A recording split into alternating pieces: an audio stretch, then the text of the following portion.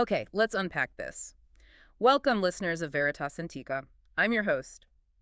Imagine a world where the sun can be kidnapped, the moon falls right into the marketplace, and the ultimate cosmic threat is a blind, deaf giant made entirely of stone. Today, we will journey together into the depths of the precarious reality of the ancient Hittite Hurrian pantheon to uncover the secrets of this ancient myth. It's a profound and, frankly, unsettling collection of myths. We are diving into a collection of profound myths, the succession struggles of the Kumarbi cycle, these ritual dramas of the missing god stories, and even some powerful wisdom literature. And it seems like the big takeaway is that their cosmic order was constantly on the brink of collapse. Constantly. It required divine wisdom, human virtue, and sometimes, well, simply a little bee to restore harmony. Our mission today, then, is to understand the two fundamental threats to the cosmos. First, the direct, the titanic challenge of the old gods. And second, the silent, almost more terrifying collapse caused by the absence of the good gods. Then we'll look at how human morality fits into this divine framework. It's a fascinating puzzle. It sounds like this entire celestial system is designed to, I don't know, fail every 9 years. Where do these epic succession struggles, this divine Game of Thrones, where does it all actually begin? Well, it begins with Alilu. He reigned in heaven for 9 years. Divine years. Then he was overthrown by his servant, Anu, and Anu, in turn, held the throne for 9 years before he was overthrown by his own cupbearer, Kumarbi. The man who served his food and knelt at his feet. For all those years, just waiting. It's a clear, self-repeating cycle of violence and usurpation. But the overthrow of Anu by Kumarbi, it's not a clean coup, is it? It's an act of horrific, visceral violence that seems to define the entire next generation of gods. Oh, it's horrifying. Anu tries to escape. He flies up to the heavens, but Kumarbi catches him. And in this truly shocking moment, Kumarbi bites off and swallows Anu's male essence. He bites it off and swallows it. This act of physical violation of consumption, it's absolutely central because it immediately, horrifyingly, impregnates Kumarbi. That is just such a dramatic and disturbing image, biting off the source of power to conceive the next generation. So what exactly is growing inside Kumarbi now? The sources call them three Nitameli, so ill-omened entities. They include the eventual Sky King, the great storm god Teshu, Aha! yes, and his vizier Tashmishu, and the mighty river Aranza. Kumarbi is, you can imagine, horrified by his own involuntary pregnancy. He tries everything to get rid of them. He tries to spit them out, right? He does. He spits the entities onto Ganzura mountain. But Tishub survives this chaotic, violent birth to eventually defeat and depose his own father, Kumarbi. So Teshub is now the new dominant storm god, but his kingship is anything but secure. Kumarbi, the dethroned father, he just doesn't accept his defeat. Not at all. The second half of the cycle is driven entirely by Kumarbi's bitter, almost engineering-minded revenge. What do you mean by engineering-minded? I mean, he can't defeat Teshub with sheer power, so he turns to manufacturing chaos. He literally creates monstrous threats, specifically designed to overthrow the new celestial order. The most spectacular and terrifying example is the Ulukumi myth. Ulukumi, the wrecker of Kumia, the ultimate cosmic threat. What is this monster, and how does Kumarbi even create him? Kumarbi mates with a colossal stone formation. The texts describe it as 10 kilometers long and 5 kilometers wide. Just a giant rock. A giant rock. And the child, Ulukumi, is born deaf and blind. He is pure, senseless, elemental force. And the threat is so immediate because of his incredible growth rate. Yes, it's unbelievable. He grows 1 kulas, an arm's length, every single day. That works out to about 15 meters a month. And they hide him. Exactly. To keep him hidden from Teshub, he's placed on the shoulder of the primordial giant Upaluri. You have to remember, this is the giant who carries the entire earth and sky on his back. So he's growing on the very foundation of the world. It's chilling. He's hidden, blind, deaf, and just rapidly expanding. What happens when he's finally discovered? He just keeps growing until his head breaks right through the sky. He's threatening Teshub City, Kumia, and even blocking the view of the sun goddess Hepat, who's watching from her temple. So why is brute force useless against him? I mean, Teshub is the storm god. Why can't he just strike the giant down with lightning? Because Ulukumi is senseless stone.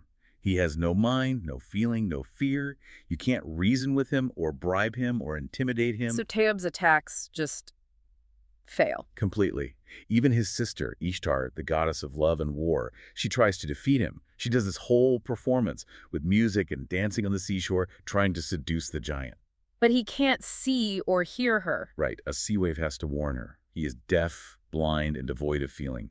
Nothing works against pure elemental chaos. So if the Sky King, the storm god, and the goddess of war and love can't defeat this thing, how do the gods manage to win at all? It seems impossible. They only win through wisdom. And by returning to creation's oldest rules, the wise god Ea intervenes. Oh. He knows that the only way to defeat a monster built on the foundations of the new world is to use the tools of the old world. So Tezeb and his vizier travel down to the underworld, to the sealed halls of their ancestors, to retrieve one object. The ancient cutting tool. The very one. Wait, so the gods only win by essentially retrieving an artifact from the very beginning of time? What makes that tool so special? It is the very implement that was used to separate heaven and earth during the act of primordial creation itself. Wow. So Ella uses this divine tool to cut Ulukumi from Upaliri's shoulder. He severs the monster's connection to his powerful foundational base. And that is what finally makes him vulnerable. Exactly. It's a profound lesson. Wisdom and primordial knowledge are the only things superior to brute engineered force. And that really does set the pattern, doesn't it? Tej has to fight constantly. Kumarbi also creates another son, Gumush, or Silver. Yes, born of a mountain.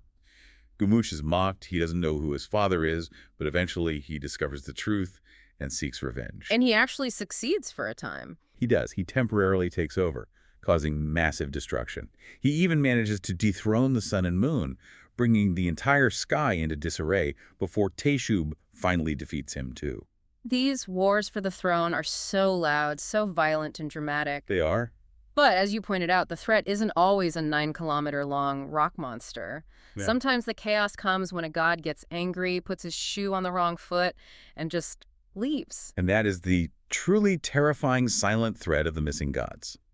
This divine withdrawal is so crucial because it shows how entirely dependent the world is on the gods' presence and, well, their good mood.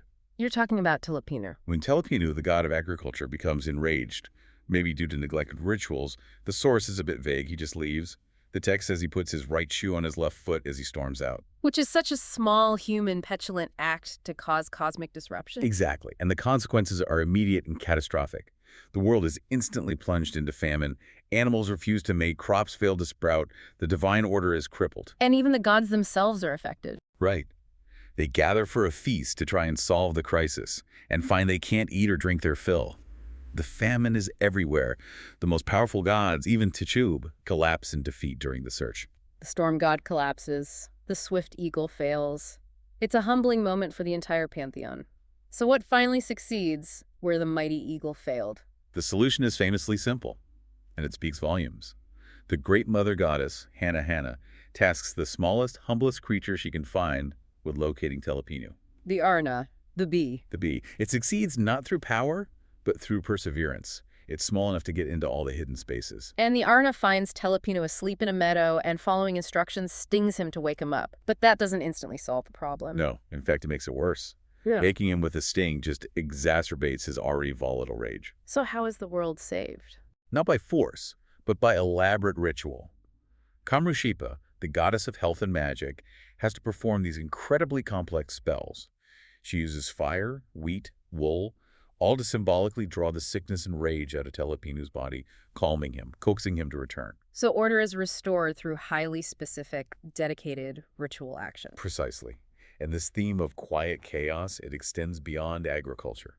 When the sun god disappears, the world is taken over by Etama, Which is? the personification of freezing, of ice, and hoarfrost. It's not a monster you can fight. It is just the sheer paralyzing cold that blankets everything, even the searching gods. And then there's the sheer absurdity of the moon god Kashiku falling out of the sky. And landing smack dab in the middle of the Lazina marketplace. Yeah. It's a crisis of contamination. The celestial has touched the earthly, inducing panic. It requires specialized purification goddesses to perform cleansing rituals to restore order. So we have a cosmic system defined by this eternal violent struggle on one hand and catastrophic divine tantrums on the other. What are humans supposed to do in this world? The wisdom literature offers a surprisingly specific moral prescription. It really does.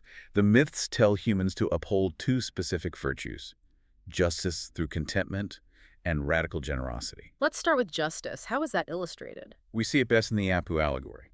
Apu is a very rich man, but he's childless. The sun god intervenes, gives him two sons, Hende, or good, and Hara, or evil. The stage is set. When Apu dies, evil disputes the fair division of property, demanding the better share. They take their case to the highest judge, the sun god. And the verdict is crucial. The sun god rules for the good son. It's a condemnation of the evil son's greed and lack of contentment. The teaching is that true justice means accepting the established order, not succumbing to avarice. And the second virtue, radical generosity, we see that in the test of hospitality. Yes, another story that begins with a strange divine birth. The sun god impregnates a cow, resulting in an abandoned human child. Who is then found by Pisha, a poor, childless fisherman. Right, he adopts the boy. Years later, the sun god and his vizier visit the fisherman, disguised as travelers, to test his hospitality. And what makes Pisha's act so radical is his circumstance. He's extremely poor, yet he and his wife sacrifice their last oil, flour, and wood for their guests. They put hospitality above their own survival. And the sun god is so moved by this selfless act, he reveals himself, blesses the fisherman, rewards him. And the child, that adopted child, eventually becomes the cult image of the goddess Hepat in Hullup. So a simple human virtue can actually establish a foundational religious artifact. Exactly. The Hittite cosmos is ultimately defined by this constant struggle.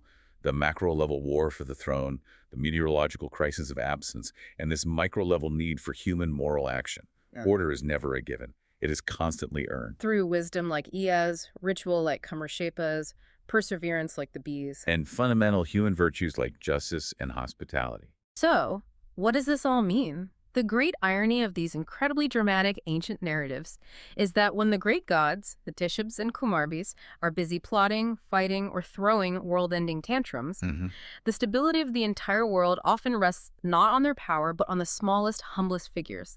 A simple Ara, a childless fisherman who shares his last oil, or a son who simply refuses to be greedy. Maybe the key to cosmic order isn't overwhelming, titanic power, but rather the appropriate application of humility and scale. I hope you've enjoyed our journey into this mysterious world. If you like this deep dive, please consider sharing it with a friend. Until we meet again next week to follow the trail of another ancient legend, take care.